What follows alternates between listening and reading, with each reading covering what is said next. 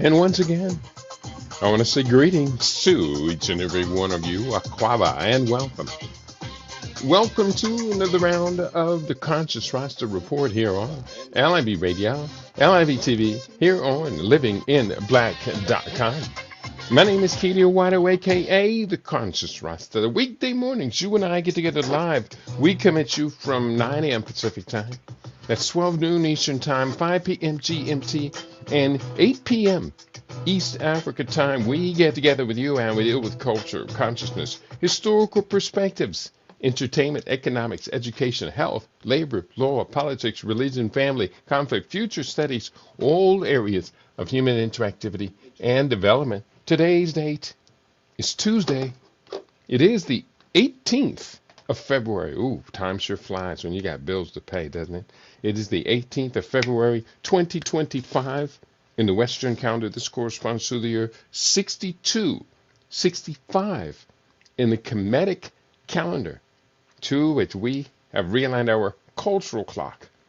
Welcome to the 7th millennium. You have found your family in a peaceful place. You're on LIB Radio, LIB TV here on livinginblack.com. Here's what we have up for today's broadcast.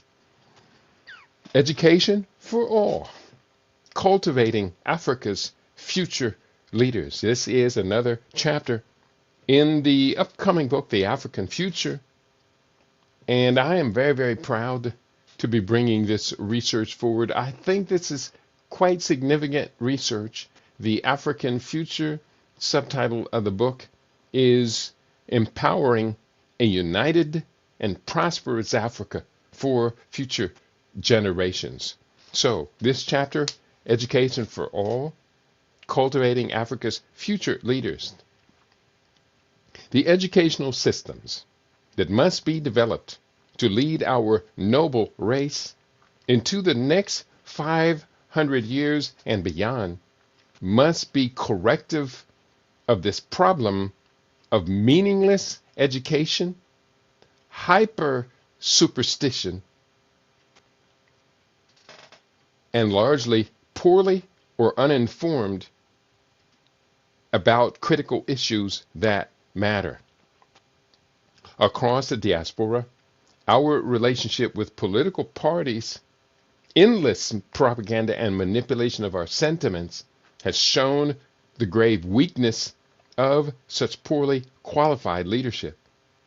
With proper planning, we can correct our leadership deficits with proper planning. Now we're getting back into that area we refer to as game theory. With proper planning, we can correct our leadership deficits. So that's what's on the table for today. I've got a lot of research writing feverishly this morning and on this topic. And let me go into the book and this chapter, Education for All, Cultivating Africa's Future Leaders. And just a couple of things here. Let me expand the text, make it a little bit more readable here. And here, bear with me. It is well worth it. And for some odd reason, it's just not grabbing. What I'm trying to do is expand this text. And the way that Microsoft made this text expansion. Okay, I finally got it. I began this chapter with the following quote, a traditional African saying: when you educate a man, you educate an individual. When you educate a woman, you educate a generation.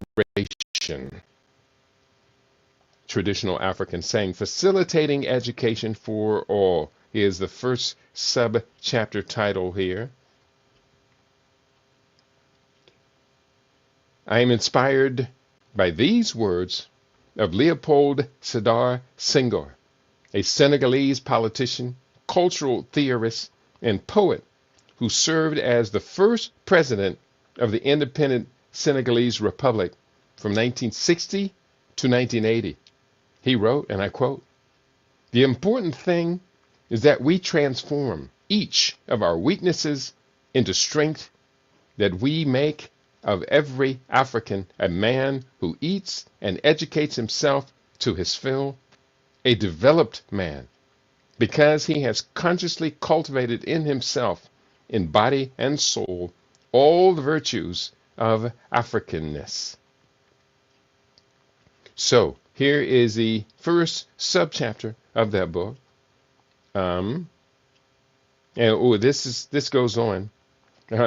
Inspired youth, nurturing generations of change makers. And that one is actually in the wrong place. Let me just move that.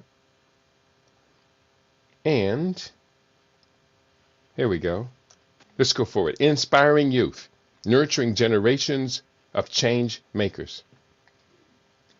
We have frequently referred to the demographic dividend and the rapid replenishment of the estimated 600 million Africans that were missing from the continent's development because of the Arab and European slave raiding.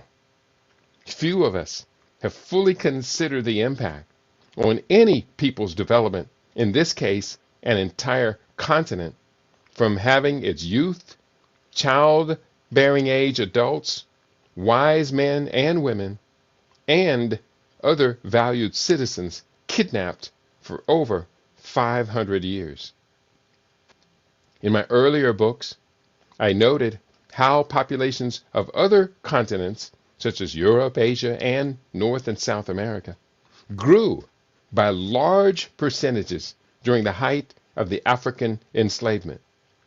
From previous published research, I concluded that it wasn't until the late 1990s, I believe 1997, that Africa recovered the 600 million humans missing from its development. I'll repeat, I concluded that it wasn't until the late 1990s that Africa recovered the 600 million humans missing from its development. The momentum of this recovery has now given the continent the proverbial, quote, demographic dividend, unquote, that I frequently refer to. A description of this benefit follows as shared by the International Monetary Fund in 2006. They wrote, and I quote, industrial countries have largely completed what is called the demographic transition. The transition from a largely rural agrarian society with high fertility and high mortality rates to a predominantly urban industrial society with low fertility and mortality rates. At an early stage of this transition, fertility rates fall, leading to fewer mouths to feed.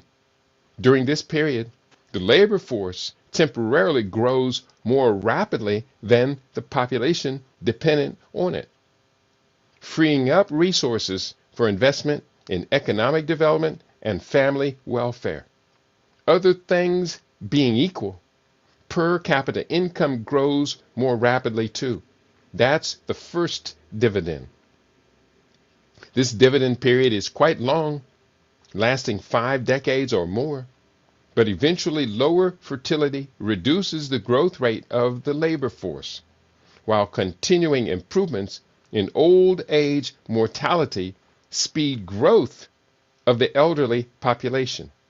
Now, other things being equal,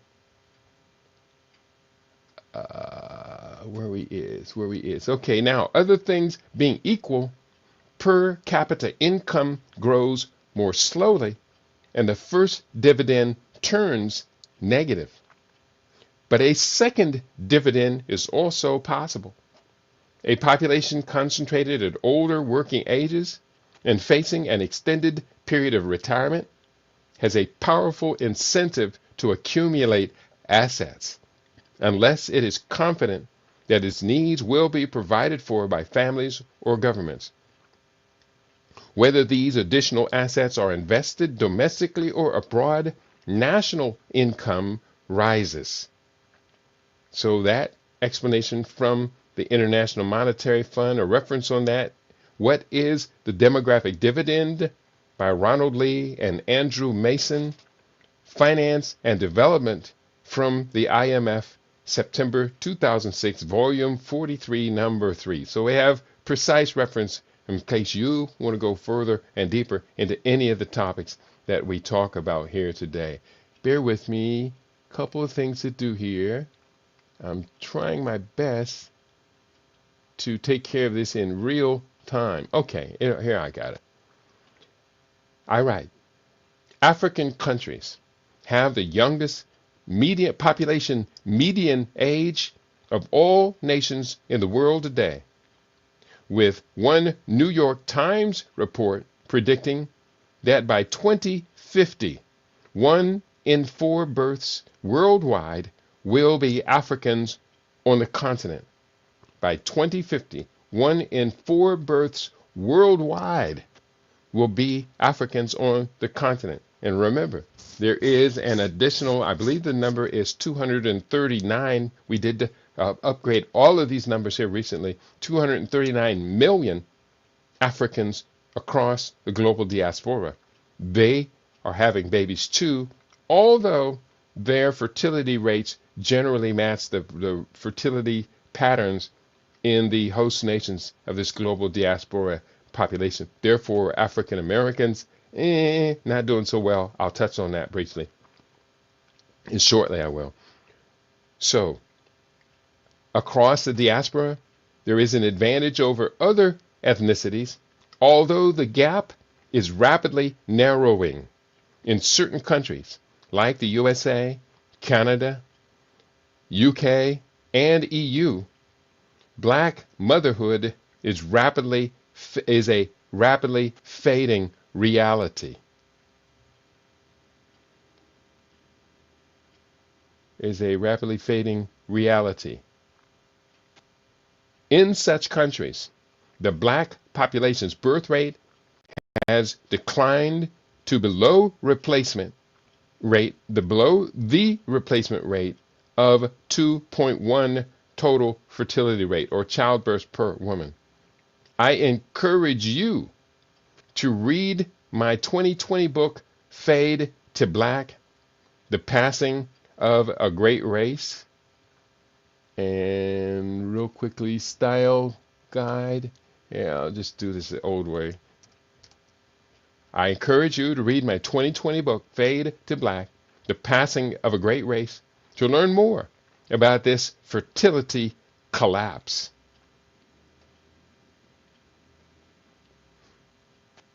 Next subchapter comes up, Cutting Edge R&D to Serve an Emerging Leadership. Now, let me just do one real quickly and serve my audience.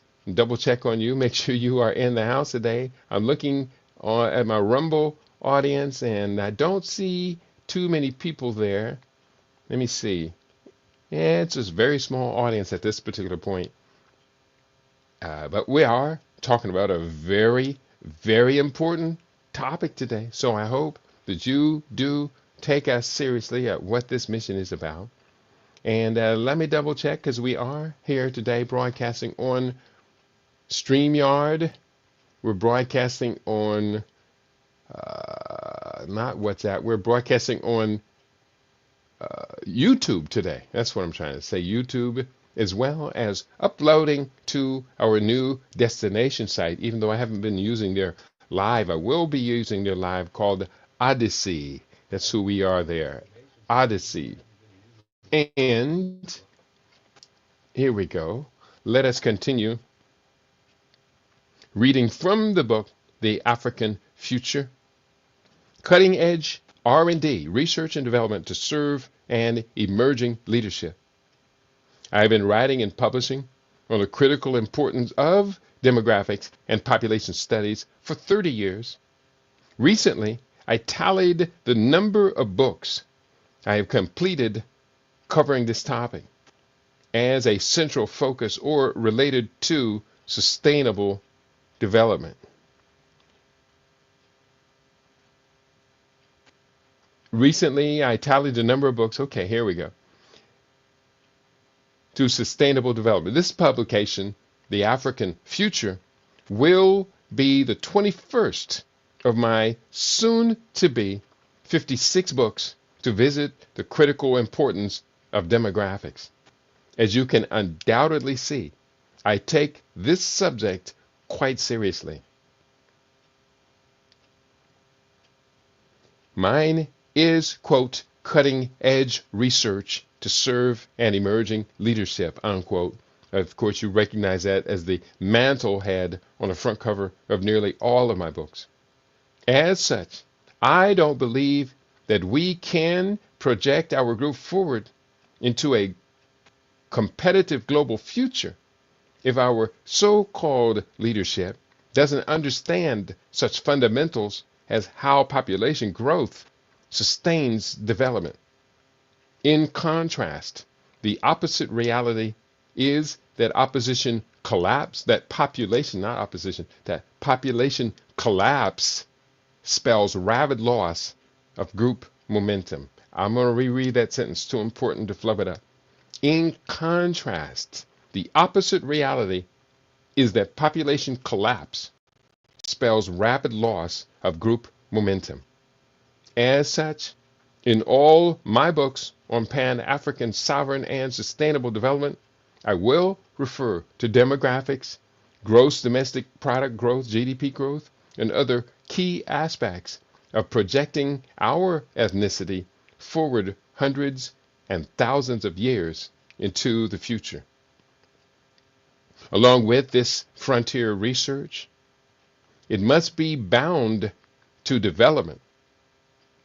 R&D is critical to the sustained development of nations, ethnicities,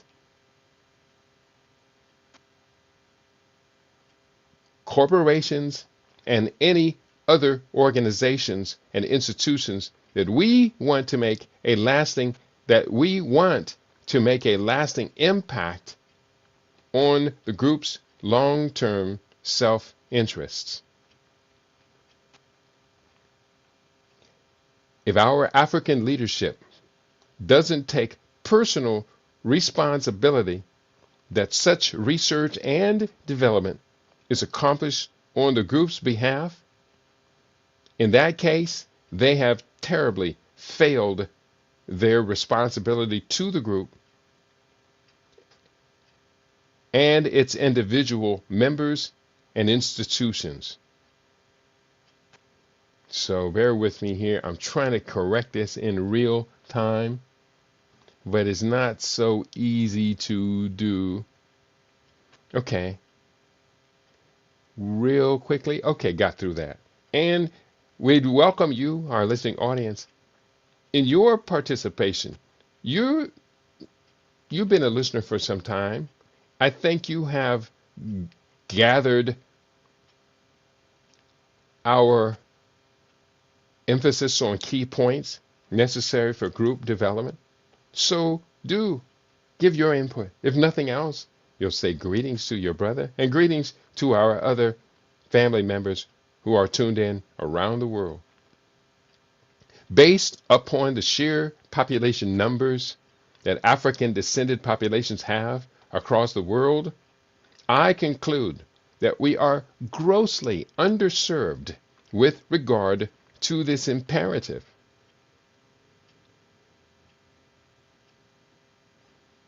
We celebrate the concept of Kujichagulia, self-determination, as a powerful, paradigm-shifting principle to guide our lives. However, when it comes to African national leadership, along with those across the diaspora with similar responsibilities, we have been woefully negligent in taking this responsibility to heart when it comes to African national leadership, along with those across the diaspora with similar responsibilities. Sorry about that. I corrected the sentence in the middle of the sentence and it then put the front of the sentence at the end of the sentence. Is why I read it twice. I stand as an example of how our intellectual vanguard has been neglected financially isolated, underappreciated, and left out of critical conversations that would best guide and protect that larger mass of our population. Too often, we default to celebrities, religious figures, externally selected and supported intellectuals, and other compromises to the most capable leadership voices and ideas to support group progress. The educational systems that must be developed to lead our noble race into the next 500 years and beyond must be corrective of this problem of meaningless education, hyper-superstition, and largely poorly or uninformed about the critical issues that matter. Across the diaspora, our relationship with political parties' endless propaganda and manipulation of our sentiments has shown the grave weakness of such poorly qualified leadership.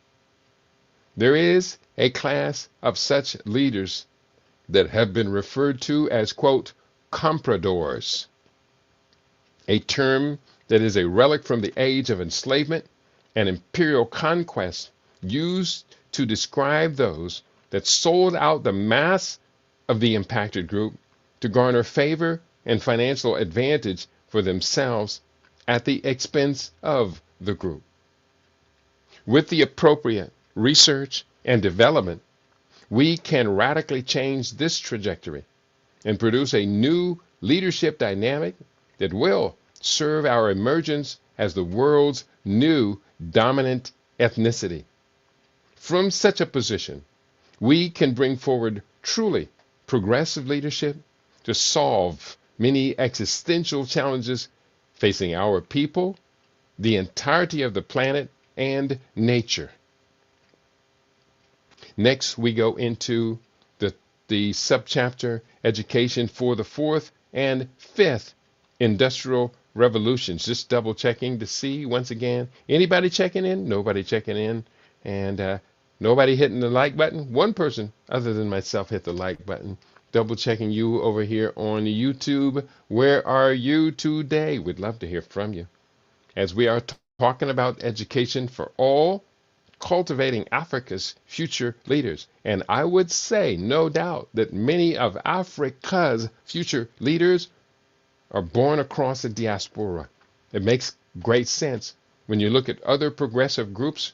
All progressive groups around the world, they have members that are loyal to the group that were born in other territories, that did not sell out wholly and completely to the values and ideology of those territories in which they were domiciled. Can we do better than that? The judgment's still out. The judgment is still out. I would like to say yes, some of us can. I'm trying to be a living example of what we could do.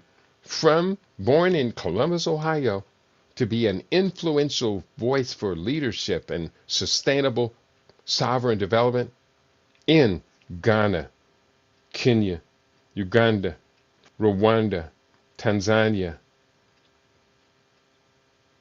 South Africa, Nigeria. These are the places where I'm engaged. Democratic Republic of the Congo. We can do better. Ethiopia, I'm going to put that on my list as well. We're concerned, we're capable, and we are committed. Next subchapter. This is very important. Education for the fourth and fifth industrial revolutions. The world stands today at the boundaries of another major transformation of society through technology, economic transformation, education, and our relationships with one another. This is referred to as the fourth industrial revolution, 4IR. According to those studying quantum sciences, another industrial revolution is close on the heels of 4IR that we might know as a fifth such revolution, 5IR. I am convinced that this is truly taking place. As such, as a vanguard researcher, I am doing the best that I can to define these changes. I will soon have a book to follow, this one on quantum advancement and the many spectacular discoveries that lie immediately ahead. If I am correct in these predictions and conclusions that our leadership has consistently ill prepared our group to be self-determining during these radical world changes, then in that case, we will have a moment to reset our behavior.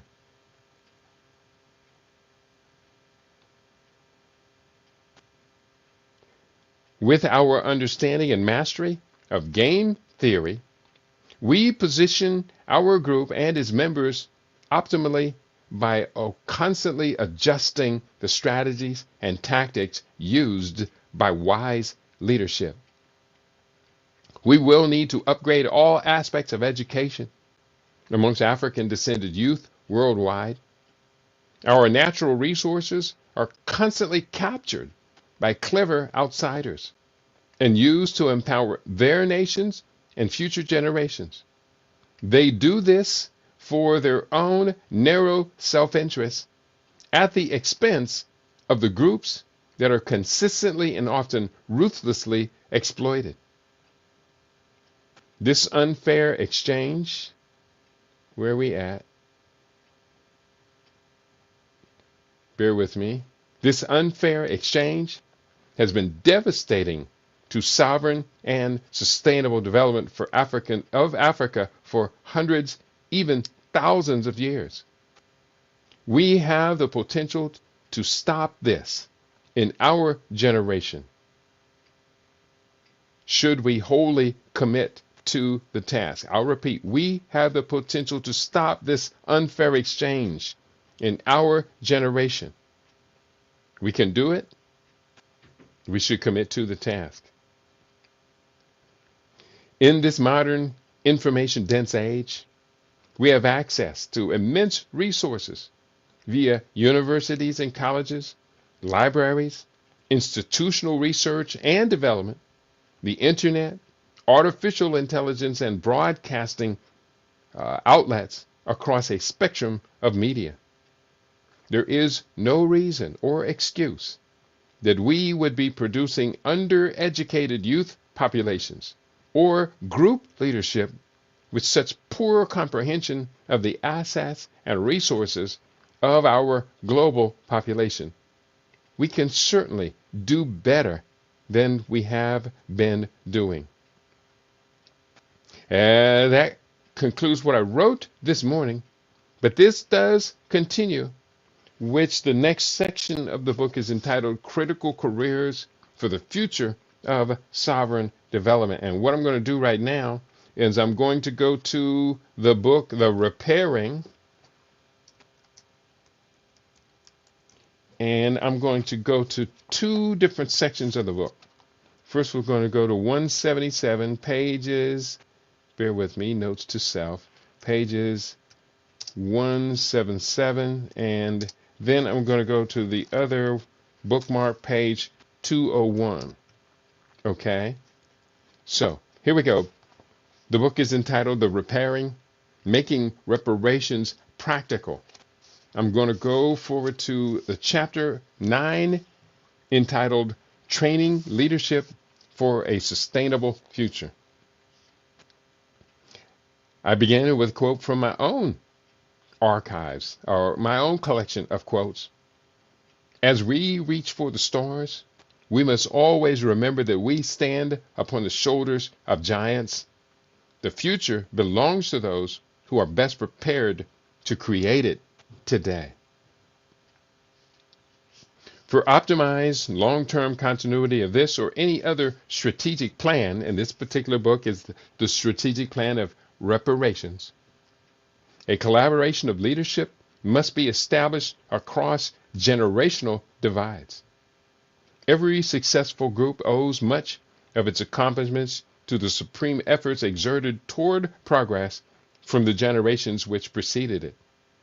At this time, toward accomplishing the initiatives laid out in the repairing, many great transformative efforts must be implemented.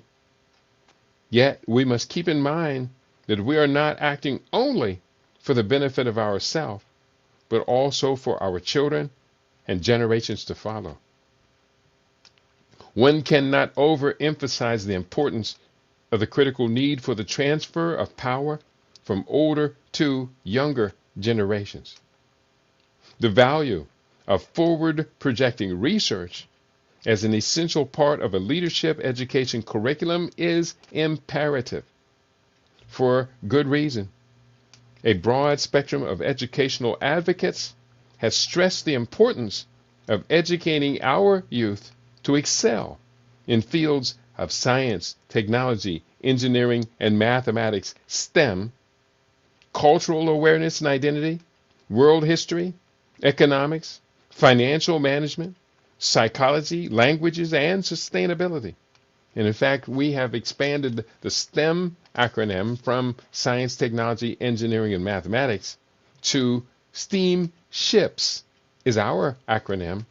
Science, technology, engineering, arts, mathematics, spirituality, holistic health, innovation, prosperity, and sustainability. STEAM SHIPS for our youth going forward. For those youth who can master such a spectrum of studies, there is another even greater level of leadership development studies which can be mobilized toward the creation of a highly accomplished leadership vanguard. Over decades of focused research, I have come to greatly appreciate the value of the study of scientific futurism, which utilizes methods of scientific analysis versus, quote, crystal ball, unquote, forecasting when determining what the future will likely produce. Scientific futurism is the stuff that guides the most influential think tanks and research institutions which serve great national powers.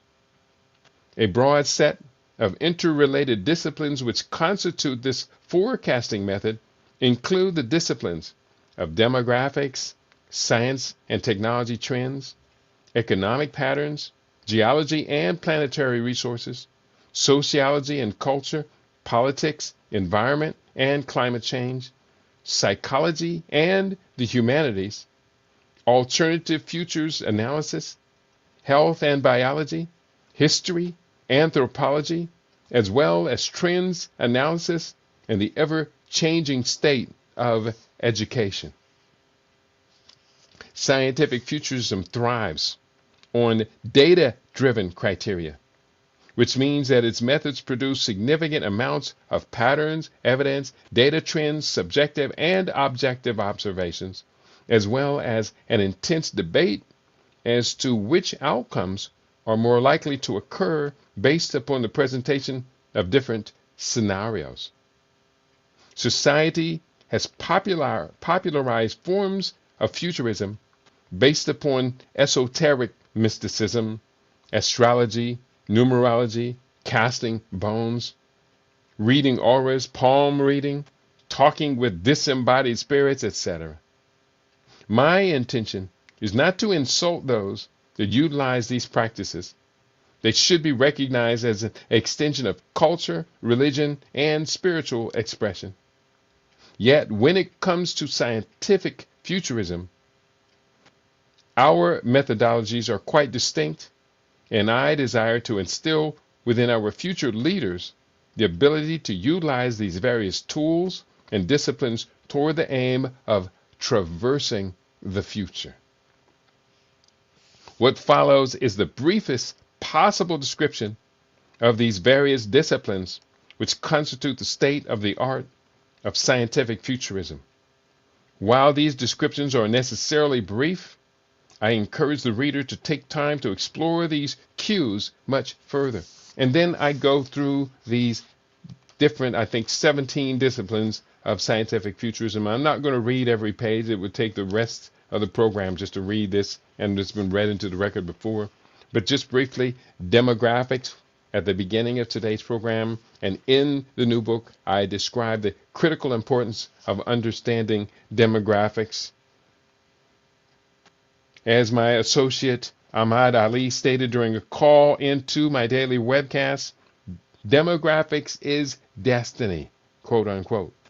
I completely agree that such a pronouncement is a fundamental truth.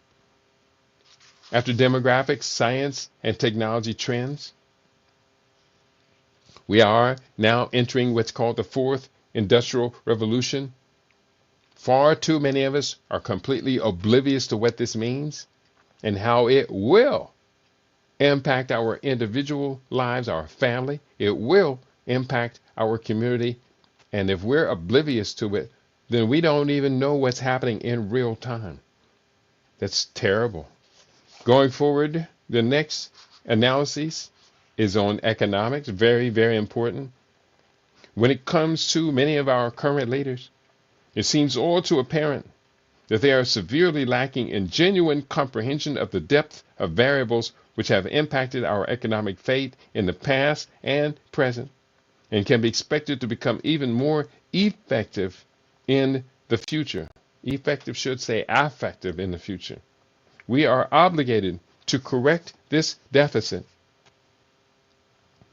within our future strategies to educate our youth toward the mastery of leadership for sustainable economic growth. And let me just real quickly change effective to affective. Sound alike, but quite different meanings of the two words. Affective. Here we go. So, next we talk about geology and planetary resources. Very, very critical for understanding the future, especially when we consider the natural resource base of the African continent. The African future must include powerful, wise, well-established, comprehensive leadership that understands the importance of geology and planetary resources. The next is sociology, culture, and society. Very important topic. Let me just use a few lines to summarize. Sociology is the science of how people fit together to make up a functional community or nation. What is the importance of the presence of young professionals at the beginning of the working career to the stability of a neighborhood? What is the healthiest ratio of seniors to workers within a municipal setting? And how is that affected by technology shifts? What can be done to reverse the destructive trends of marriage failure, single parenthood, below replacement fertility rates, and the increasing presence of, quote, gender alternative, unquote, households within our ethnicity? Toward building healthy and sustainable communities, concrete tactics must be found for these challenges and many more which will appear over the decades to come. Comprehension and mastery of the social sciences will be an absolute prerequisite for our group to advance a highly competent leadership vanguard to guide us toward a permanently sustainable future. Very important. Politics. I'm not going to dwell too much on that, but we understand politics is relevant. But our political naivety is so grossly, blatantly apparent that it seems that among some of our groups, such as African people in the UK, Canada, US, Australia, and the European Union, that we are unfortunately destined to fade to black, disappear over the coming 4 decades. Environment and climate change, kind of self-explanatory. It's becoming increasingly stressful on nations and on populations. Next, we talk about the critical need to educate in psychology, humanity, and the individual. Next topic I take on, it says STEM education. I recently changed that and writing about it in various books, including the recent book, Disaster Preparedness for World Wars 5 and 6. We now talk about steamships, not STEM, but STEAMSHIPS. Science, technology, engineering, arts, mathematics, spirituality, holistic health, innovation, prosperity, and sustainability. Steamships. Critical area to upgrade our functional education, functional intelligence is in health and biology. I have 2 of my 3 books out since December 2024 that deal with health and biology. The first of which is Living Superfood Solutions, where I provide nutrition-based solutions for 22 different chronic health disease challenges. Very important. And in the other book that just came out, The Stem Cell Revolution. So going forward, education, critical area, is of course a critical area of our reparation strategy, education, critical area for scientific futurism. History is very important. To study the future, we have to know where we are. To know where we are, we have to know how we got here. Anthropology, a critical area of research for scientific futurism, so we can see the broader patterns of society. Just briefly on anthropology, the Merriam-Webster dictionary defines anthropology as the following. 1, the science of human beings, especially the study of human beings and their ancestors through time and space and in relation to physical character, environmental and social relations, and culture. And the second definition of anthropology is, quote, theology, dealing with the origin, nature, and destiny of human beings. Anthropology, very important. And again, they said it's a form of theology. That's the nature of existence, the nature of the relationship between ourselves and our divinities, the cosmology, the relationships between God and humankind. Next area, critical area of study, I mentioned in the book, is trend analysis. Very important. It's what we do here on LIV Radio. We talk about trends analysis, including mega trends, game changers, and potential worlds. These are all futurist areas of study. Geography, very important that we understand geography, that we understand who we are, where we are, why we matter. Yesterday's program was talking about Africa's 40, not necessarily largest cities, but about 40 powerful metropolitan areas, urban areas, mega cities even, on the African continent. That's critical geography study. We have to understand, people. We're going to do better. Let me hear you say, we are going to do better. We are going to do better. We are going to do better. I welcome you. If you are on You Now, talk to me. Somebody say something. I see you in the house. Wolfgang is in the house. Z to the E is in the house. Allah Dad is in the house. Great to have you with us. It is an honor and a pleasure to be with you. And 777. You who watch us on You Now frequently see me type in the numbers 777. Well, those are, I live in Las Vegas, those are considered to be lucky numbers in the gambling casinos. I do not and have not been here 13 years. I have not spent one penny gambling in the casinos of Las Vegas. But for me, 777 is an honor and a tribute to my father. It's a little secret code number that I use to, it's a placeholder on You Now to keep my stream from shutting down. Because if you don't type in it, or if it just runs for a while, it'll turn itself off. So I use that to keep that open. But it also, every time I type in the numbers 777. I remember that I stand upon the shoulders of this beautiful, humble, extremely wise, intelligent, polymath George R. Howard, upon whose shoulders I stand. He was a chemist, a scientist, and I am following his footprints. Other areas for study include quantum physics. Let me just read this out if you don't mind, because the book, quite likely the book to follow this one, The African Future, will be on this subject, quantum physics. During July 2015, 6255 on LIB Radio, I committed to a month-long series of broadcasts on the broad topic of quantum advancement.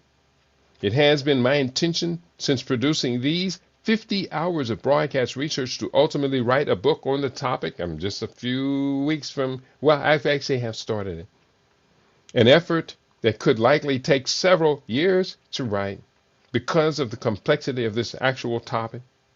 Regarding this investigation and inquiry into scientific futurism, to use this all as a basis for accomplishing the repairing, I wish to point out a few areas of our research into quantum advancement and why it is imperative to our stated mission and our massive transformative purpose.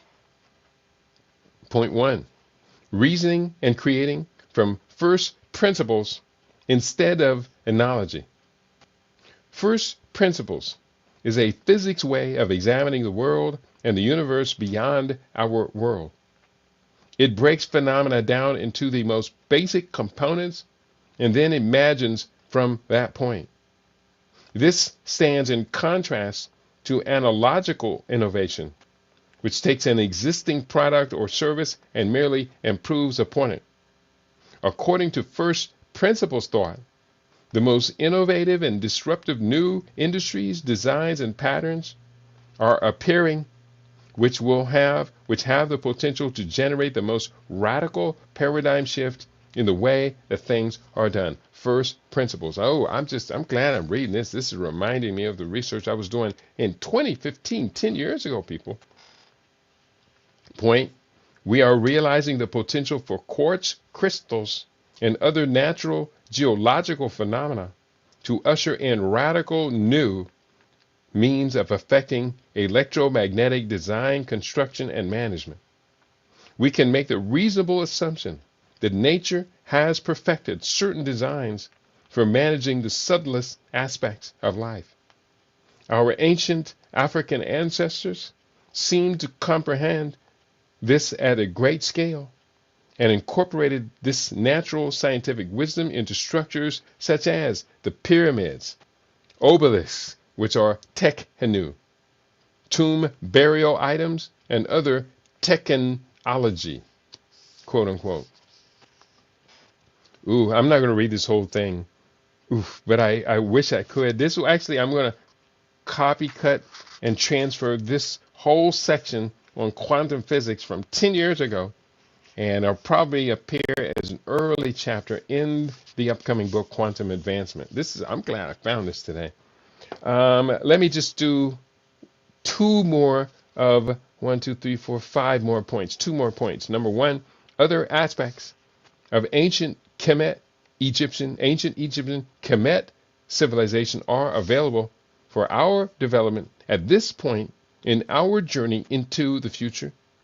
Techniques of Kemetic yoga, martial arts, health maintenance, astrology, and cosmology could all be adapted, and developed as means of extending our focus, capacity, and the mastery of a spectrum of sciences of the mind, body, and spirit.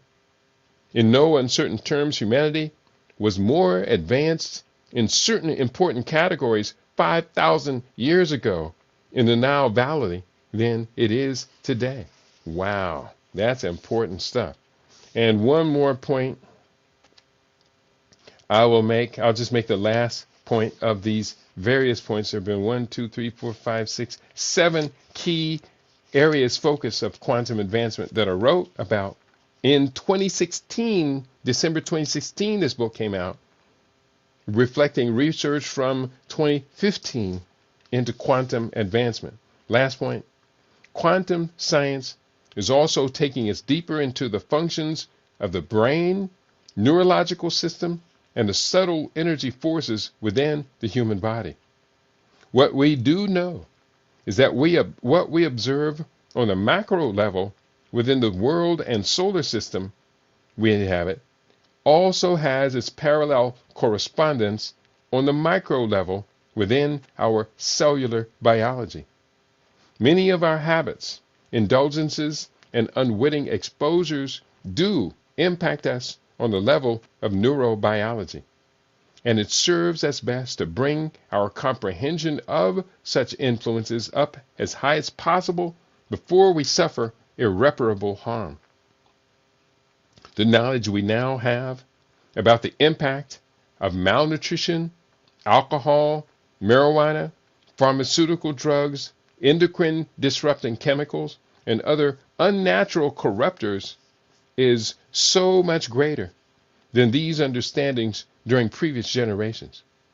The quantum science of the brain, energy forces within the body, and the electrical functioning on the cellular levels will continue to expand at exponential rates. What will be humanity's relationship to mind, body, and soul as another century passes? Will we evolve to become an ever more subtle, capable, and adaptable species?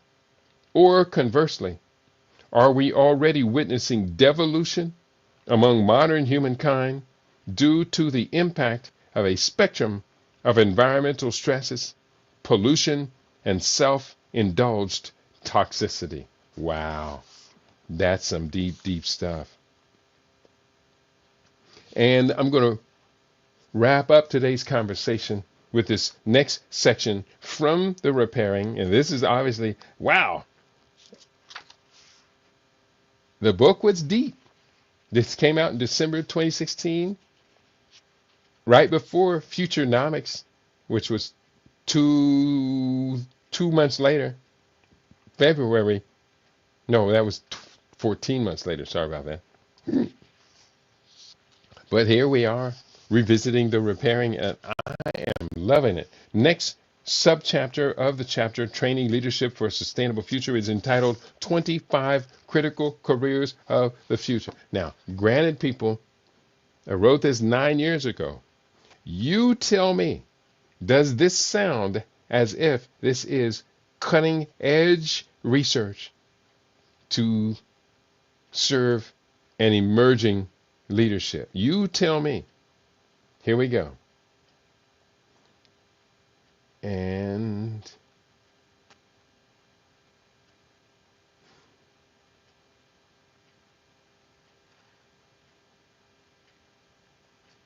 here we go. 15 critical careers of the future.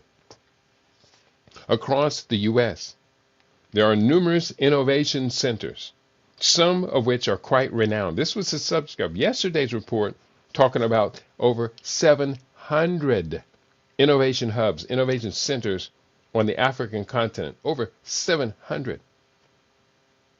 So across the U.S., there are numerous innovation centers, some of which are quite renowned, like California's Silicon Valley, the Massachusetts Institute of Technology, and the Silicon Hills area of the Austin-based University of Texas.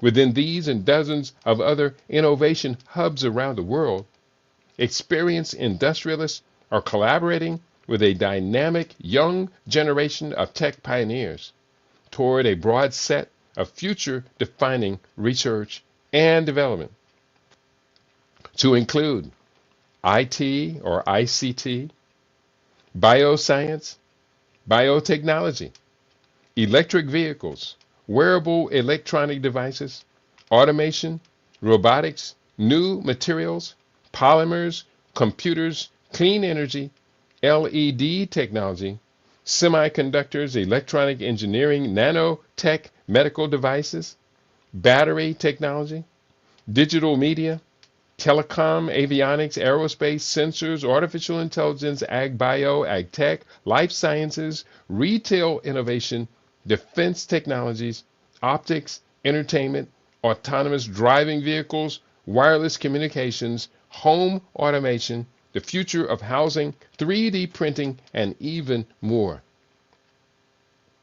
Wow. Comprehending all of that, it's going to be quite a challenge. Too much for any individual or small group of individuals to master all of them towards the aim of guiding the group towards success. So everyone's going to have to take responsibility. I have previously researched and published what I consider to be a valuable and instructive list of 15 critical careers of the future for which we need to be guiding and educating our youth now to prepare them to manage the global affairs of the African collective population for the decades and even centuries ahead. The future belongs to those who are best prepared to create it today.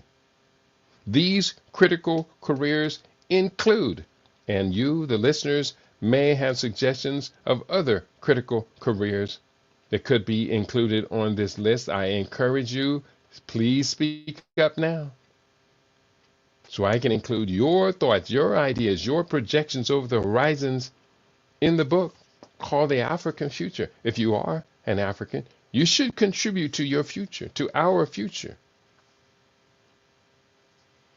These critical careers include, number 1, space-based systems.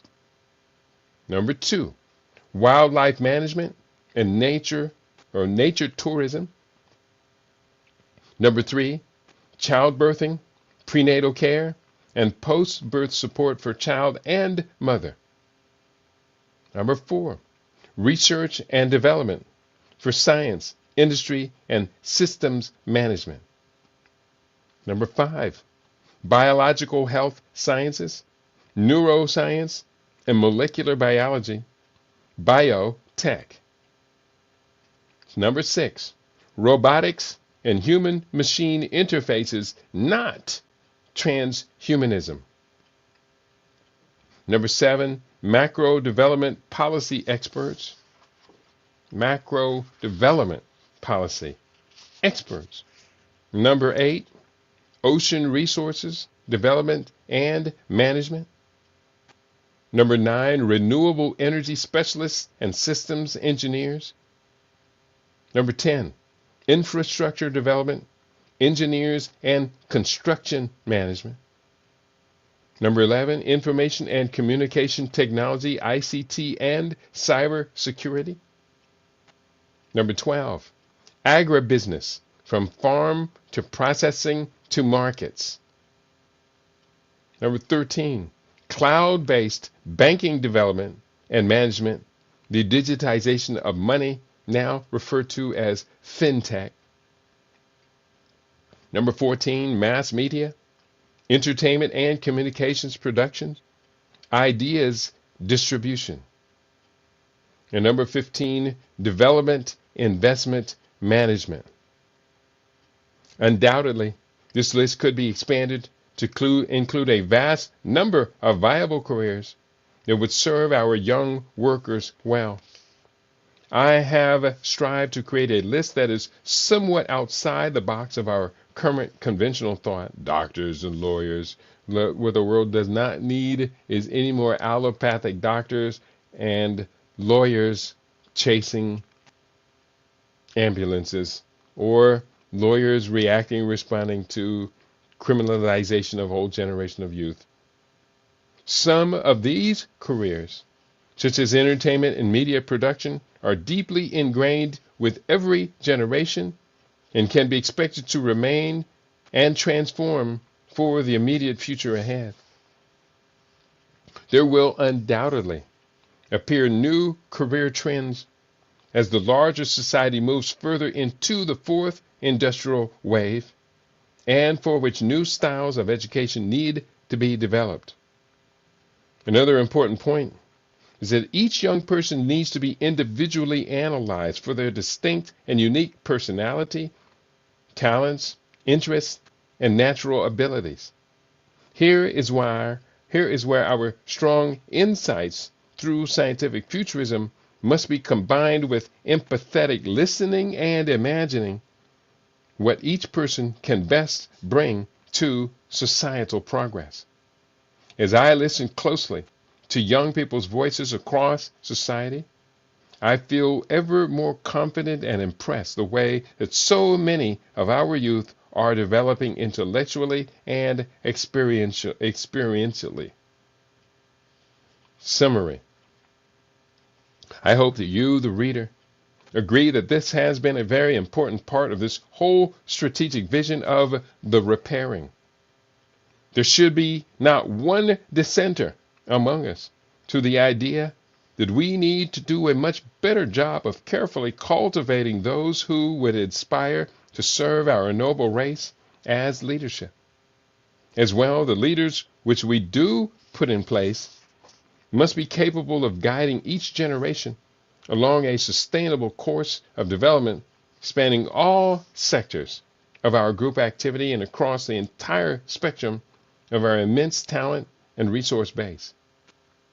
Within these 15 various categories for scientific futurist studies, along with the 15 critical careers of the future that I have just highlighted, there is a demand for highly focused, sober, and competent engagement. We cannot take these studies lightly. We cannot fake our way through to the future which mastery of these subjects would bring about. We are a great people, as we are a serious people as well.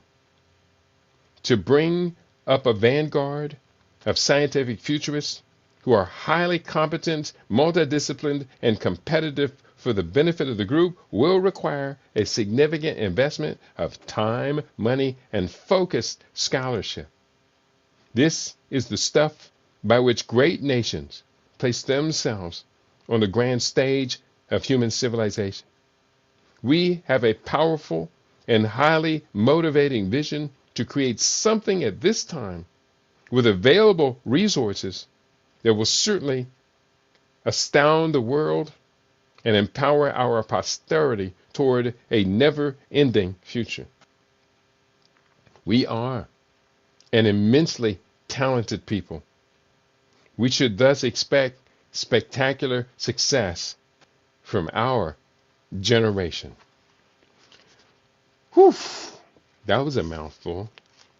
Chapter I was reading from chapter 9, Training Leadership for a Sustainable Future, from the book The Repairing. Much of that is going to be transposed into the new book, The African Future, which is all about this narrative we've been talking about since 2015, this narrative called Africa Rising.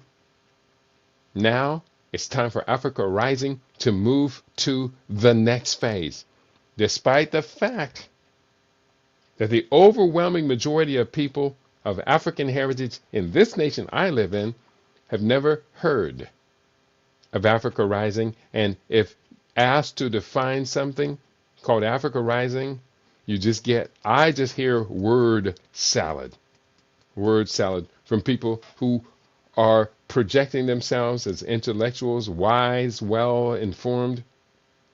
But then amongst the most important developmental concepts in the world that many academic institutions have been talking about since 2010, 2011, I asked them, what do you have to say about this narrative called Africa Rising? I've asked this of some of these intellectuals, and their responses are embarrassing as they try to word salad their way through explaining something that they don't know about. You, this listening audience, you should be able to do better than that. You should by now, after listening to LIB Radio this is our 23rd year of broadcasting, you should be able to give bright, intelligent responses to these inquiries. I encourage us to read. I just read from a book that's 9 years old. Came out in December 2016. So that would make it just over 8 years old. Called The Repairing. Reparations, making reparations practical. And 8 years after publication, it's still cutting edge. Cutting edge leadership to serve and cutting edge research to serve an emerging leadership. That's the masthead on this book. As you can see, I put it there. I put it on Futurenomics. I put it on Fade to Black. I put it on Paradigm Shift. And these other books about transformation. I put it on Forged by Fire. At a certain point, we either get it or we don't. At a certain point, question arises, are we going to change this trajectory that's called Fade to Black? Or are we the last generations?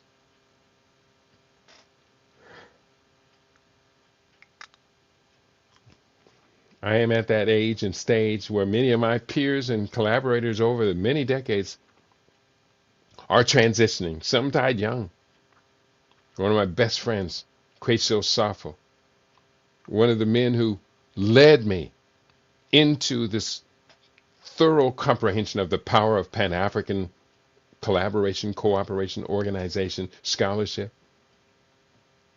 My beautiful brother Kwesi, so talented, so committed.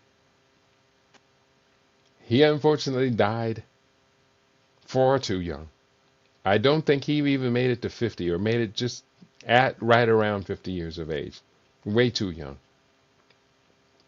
I've seen many of my friends and colleagues in the scholarly world, people like Runoko Rashidi, Dadisi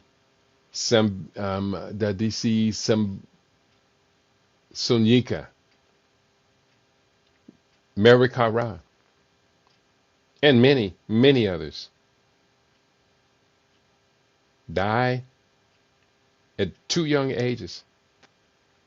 People like Dr. Paul Goss, Dr. Laila Africa, Dr. Sabi, many of our great scholars who I got a chance to spend quite a bit of time with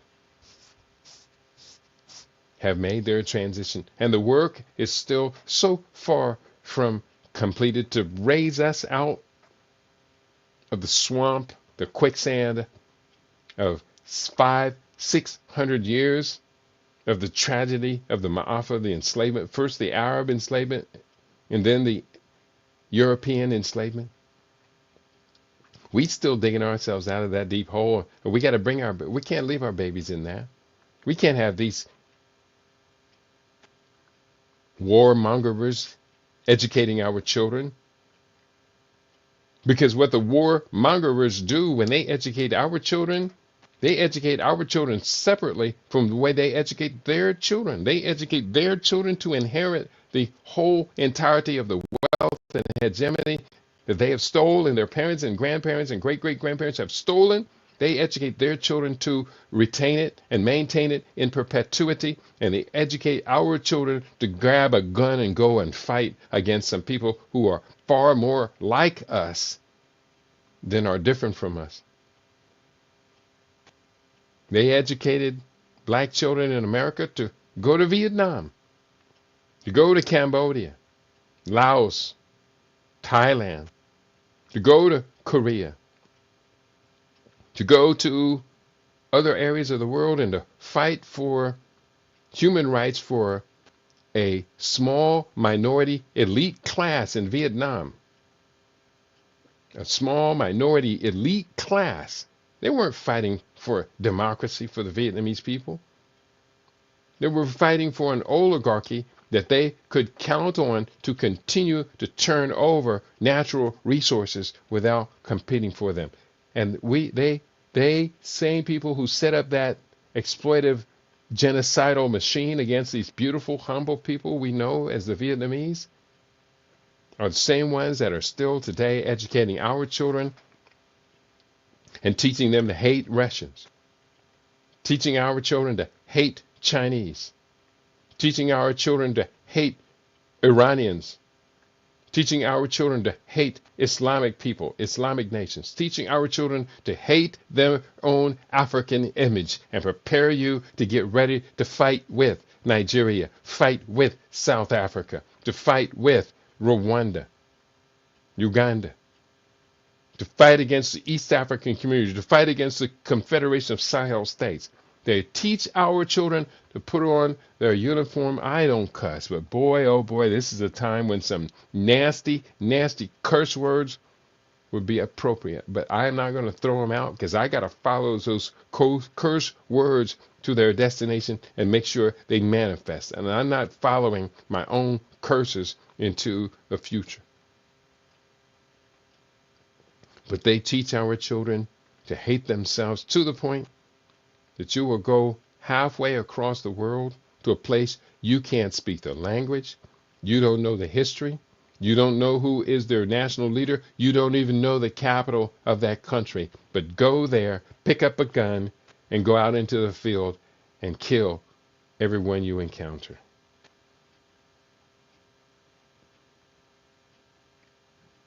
We should therefore take responsibility for educating our children. We should take primary responsibility to transform the future. I'm serious, people. You're serious. We're going to have to get serious. We're going to have to demonstrate seriousness. Been reading from the book, The Repairing. I have 3 other brand new books out. The Repairing was probably about, how many books ago was that? That was quite a few books ago. I have 3 new books out. I had 10 new books out for 2023. For 21 and 22, I think I had probably 2 books or so per year come out. Maybe I say on the back cover how many books. Yeah, this is number 30.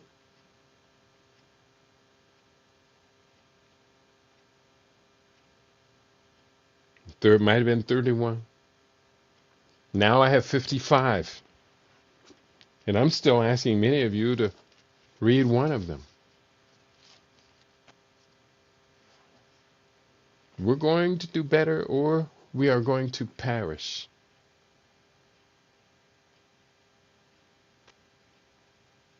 All of us aren't going to perish.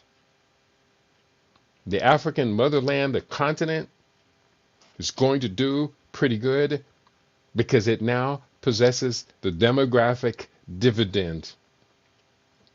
The young mothers of Mali, Chad, Uganda, Kenya, Ghana, Nigeria, Burkina Faso, the Confederation of Sahel States, Sierra Leone, Cameroon, Senegal, Guinea, Gambia, Ethiopia, Egypt, the young mothers of these African countries. Yeah, I put you in Africa. I put you back in Africa, Egypt. Your young mothers are African young mothers. I claim them. You should come back home. You see what Donald Trump and the Israelis have planned for you. You need to come back home, Egypt. You need to come back home and bring back to us all this glorious height of Nile Valley civilizations that were created by the Nubians, and then the Western Asians, the so-called Arabs, come in and want to just claim all of that. You should come back home.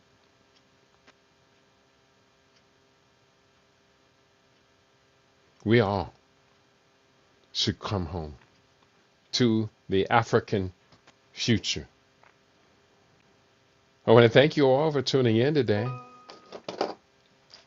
I had to put in some work today to get today's program on because there was a lot of things going on in the background. Unfortunately, I wish I could say they were all positive. Sometimes they is and sometimes they ain't. But what we can say is this much. We have the potential to do so much better. We have the potential to do so much better.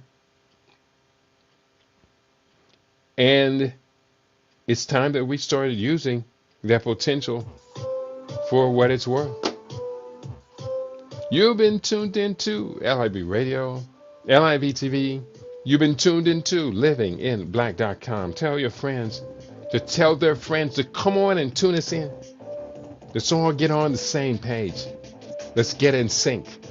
Let's build together, grow together, develop together.